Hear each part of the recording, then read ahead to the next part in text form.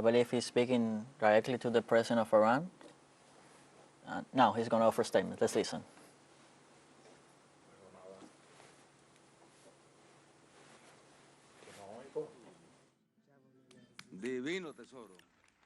It's a divine treasure, youth.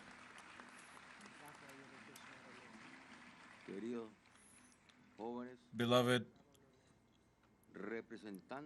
young representatives of all our young orchestras that have been organized in all our country with our revolution.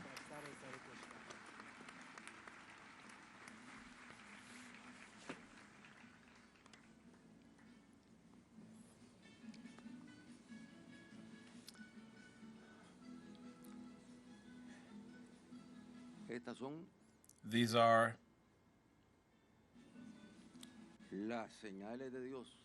God's signs.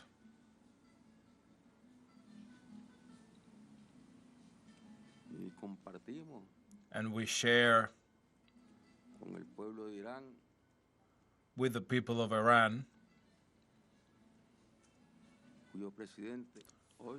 whose president visits us in Nicaragua today, and we share our deep faith with the Iranian people in the God for all the times, in the God of all triumphs, of all victories,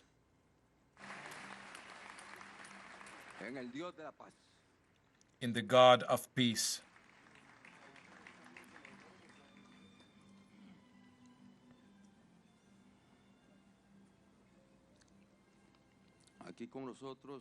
Here with us,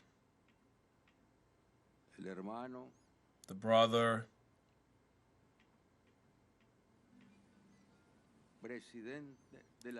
President of the Islamic Republic of Iran, Ibrahim Raisi. Welcome.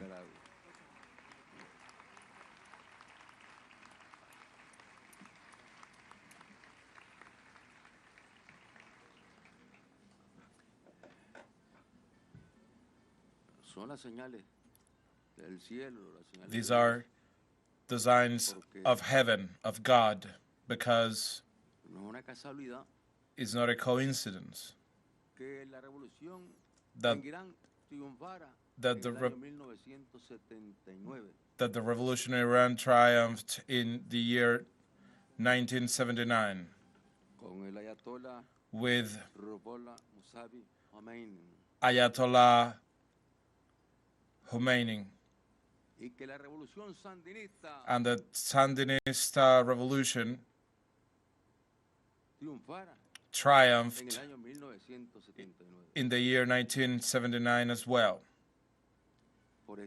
That's why we've always said that we are twin revolutions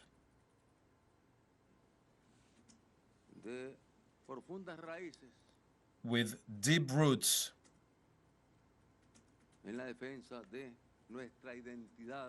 in the defense of our identity,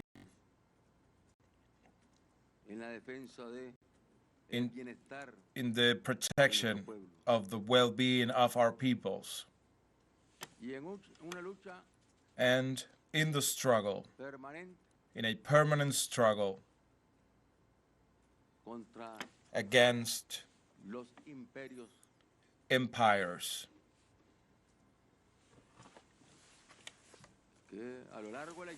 that all along history have tried to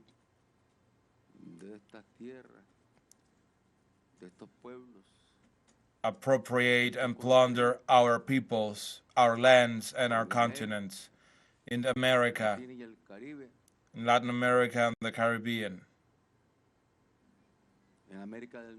in North America, the same.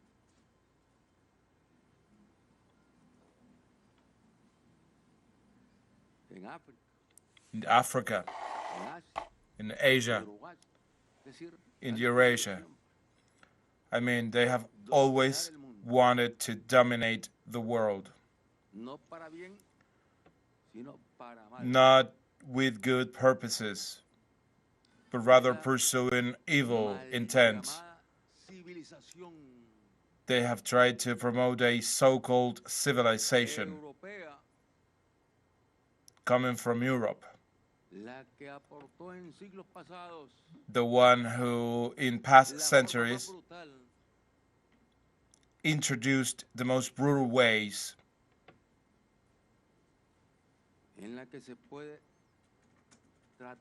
in which a human being can be treated. Boys, little girls, entire families. And slavery is proof of that. It's the proof and it's the reflection of what those self-proclaimed respectful of human rights have in their souls. They trafficked slaves and they turned human beings into a commodity. They shipped slaves throughout the ocean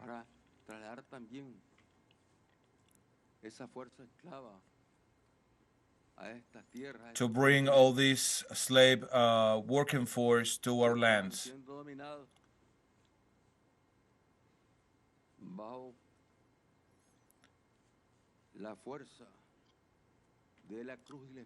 Also under the force of the cross and the sword, which was a true blasphemy against Jesus Christ. They used the cross and the sword, steal our ancestors their lands. They stole, or they tried to steal, their identity. They try to steal their souls and hearts, but with the same strength with which Chief Nicaragua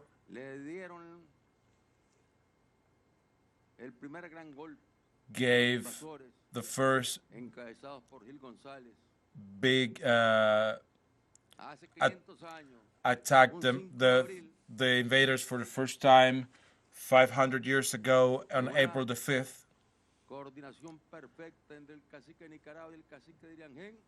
In a perfect coordination between chiefs.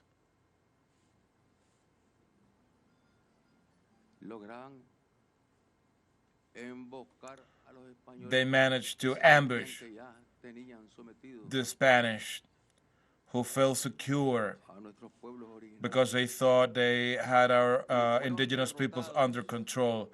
However, they were defeated and they had to retreat.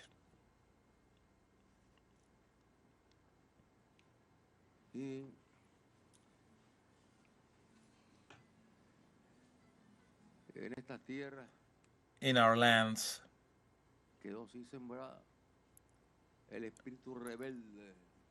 this rebellious spirit of our first anti-imperialist heroes of our lands remained and survived.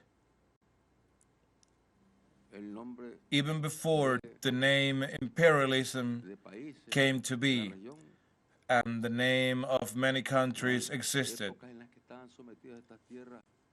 we're talking about a period in which all these lands were subjected to the power of kings and queens. The kings and queens had the audacity of entitling these lands to conquerors.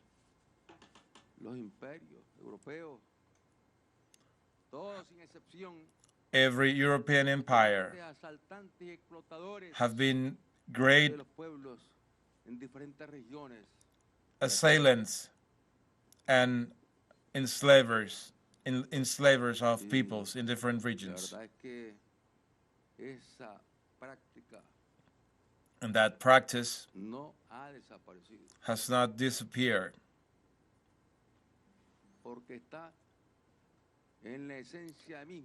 because it exists in the very essence of empires. They want to lecture about human rights. They want to lecture the world about democracy. They want to lecture the world about all these, and they want to lecture our peoples about all this. But our peoples are strong, and they have always been strong. From our chiefs, our indigenous chiefs. And then we had U.S. expansion, and we had the English disputing territories to the Spaniards. And in that struggle,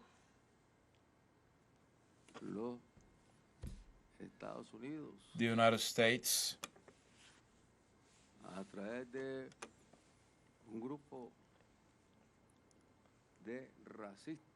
through a group of racists, slavers, in the year 1852-54, they looked at Nicaragua. We didn't have big amounts of gold like other countries in the region. We didn't have major wealth, and we had a very little population, a very small territory. But when conquerors began to arrive, they discovered that through Nicaragua we have a natural passage through which they could open a transit route between Caribbean Sea and the Pacific Ocean.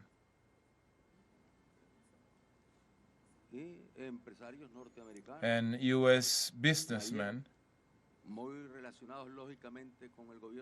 saw that opportunity. Of course, they had very good relationship with the government in that time.